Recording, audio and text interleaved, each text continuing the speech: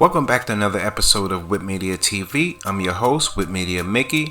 On today's episode, we're doing a continuation of The Art of Seduction, Part 2, Keys to Seduction.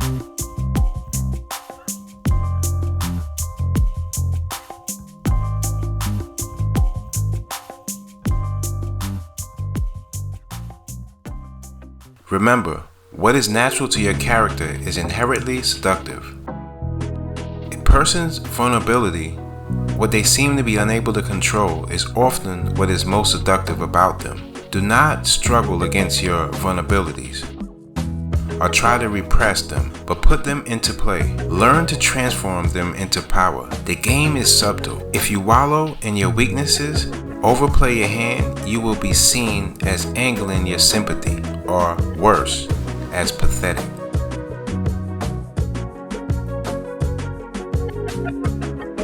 Know what works best is to allow an occasional glimpse into the soft, frail side of your character. And usually only after they have known you for a while. That glimpse will humanize you and prepare the ground for a deeper attachment, normally strong and in control. At moments you let go, give in to your weaknesses. Let them see it. Male seducers long ago learned to become more feminine, to show their emotions, and to be more interested in their target's lives. The key is to indulge your softer side while still remaining as masculine as possible.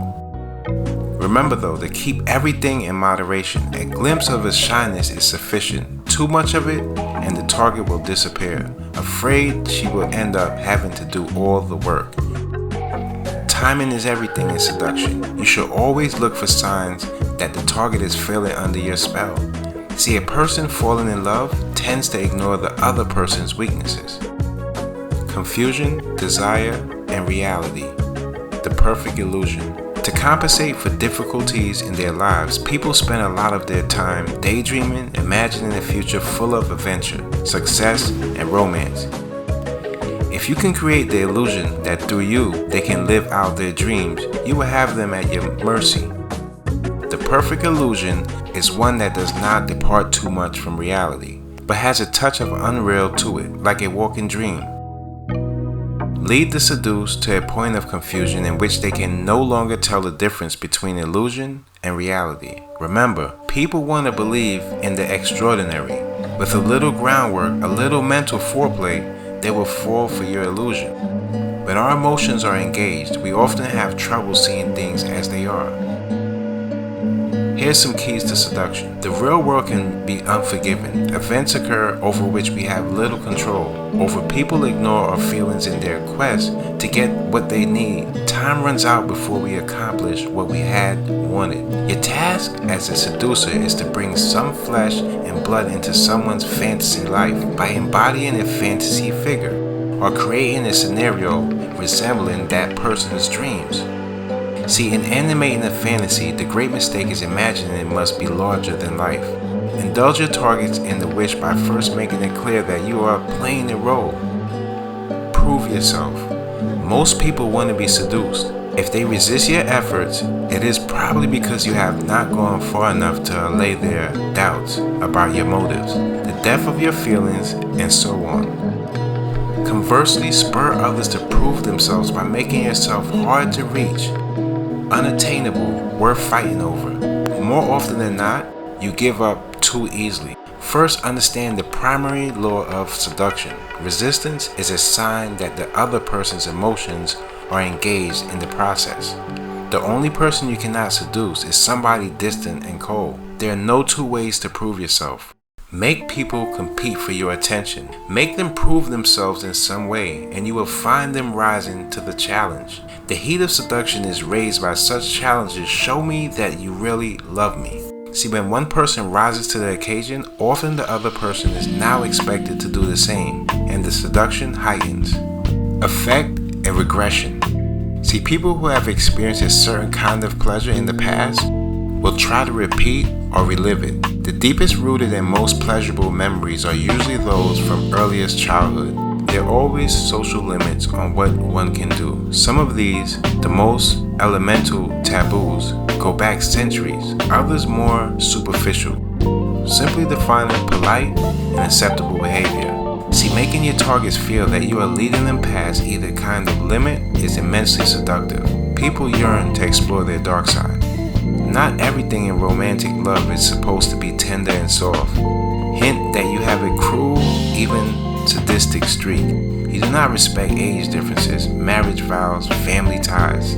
Once the desire transgress draws your targets to you, it will be hard for them to stop. Take them further than they imagine. The shared feeling of guilt and complicity will create a powerful bond. Unleash a lost self within them. Take it as far as you can. Keys to seduction. The moment people feel that something is prohibited, a part of them will want it.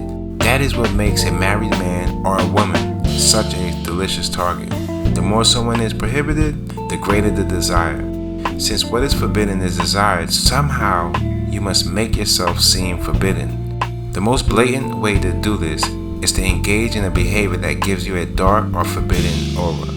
Theatrically, you are someone to avoid. In fact, you are too seductive to resist. Play up your dark side and you will have a similar effect. For your targets to be involved with you means going beyond their limits, doing something naughty and unacceptable to society, to their peers. For many, that is a reason to bite the bait. A mix of masculine and the feminine, the violent and the tender, will always seem transgressive and appealing. Do what you can to reintroduce a feeling of transgression and crime, even if it's only psychological. There must be obstacles that overcome social norms, laws to break before the seduction can be consummated.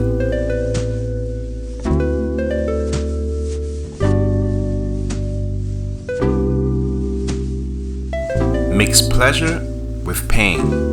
The greatest mistake in seduction is being too nice. At first, perhaps your kindness is charming, but it soon grows monotonous. You're trying too hard to please and seem insecure. Instead of overwhelming the person with niceness, try inflicting some pain. Lure them in with focused attention, then change direction, appearing suddenly uninterested. Make them feel guilty and insecure. Then, an apology, a return to earlier kindness, will turn them weak at their knees. The lower the lows you create, the greater the highs. To heighten the erotic charge, create excitement of fear. See, your seduction should never follow a simple course upward toward pleasure and harmony. Your task is to create moments of sadness, despair, and anguish, to create the tension that allows for a great release. Nor should you be afraid if you make yourself difficult, people will flee. We only abandon those who bore us. Your kindness and harshness should be subtle. Indirect digs and compliments are best. Niceness in seduction, however, though it may at first draw someone to you, soon loses all effect. Being too nice can literally push the target away from you. Erotic feeling depends on the creation of tension. You are more often nice, not out of your own inner goodness, but out of fear and displeasing, out of insecurity. Go beyond that fear, and you suddenly have options, the freedom to create pain. Then magically, dissolve it. Your seduction powers will increase tenfold.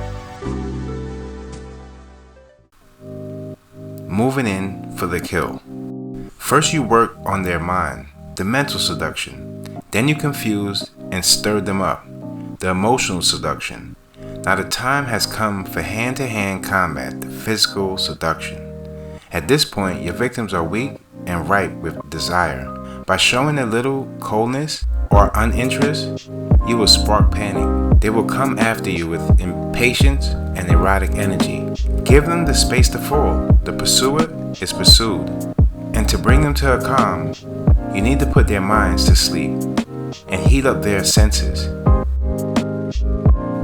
It is best to lure them into lust by sending certain loaded signals that will get under their skin and spread sexual desire like a poison. Use physical lures. The moment to strike and move in for the kill is when your victim is brimming with their desire, but not consciously expecting the climax to come. Once the seduction is over, there's the danger that disattachment will set in and ruin all your hard work.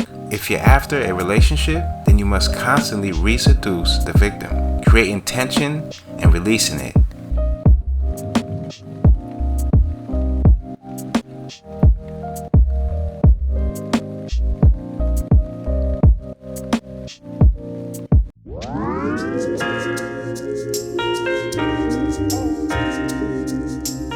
As Madame Sabatier expected that day in her apartment, take a step back. You are unexpectedly distant, friendly but no more than that. Certainly not sexual. Let this sink in for a day or two. Your withdrawal will trigger anxiety. The only way to relieve this anxiety is to pursue and possess you. No one likes things to be complicated and difficult, and the person you're looking at will expect the conclusion to come quickly. This is the point, however, where you must train yourself to hold back.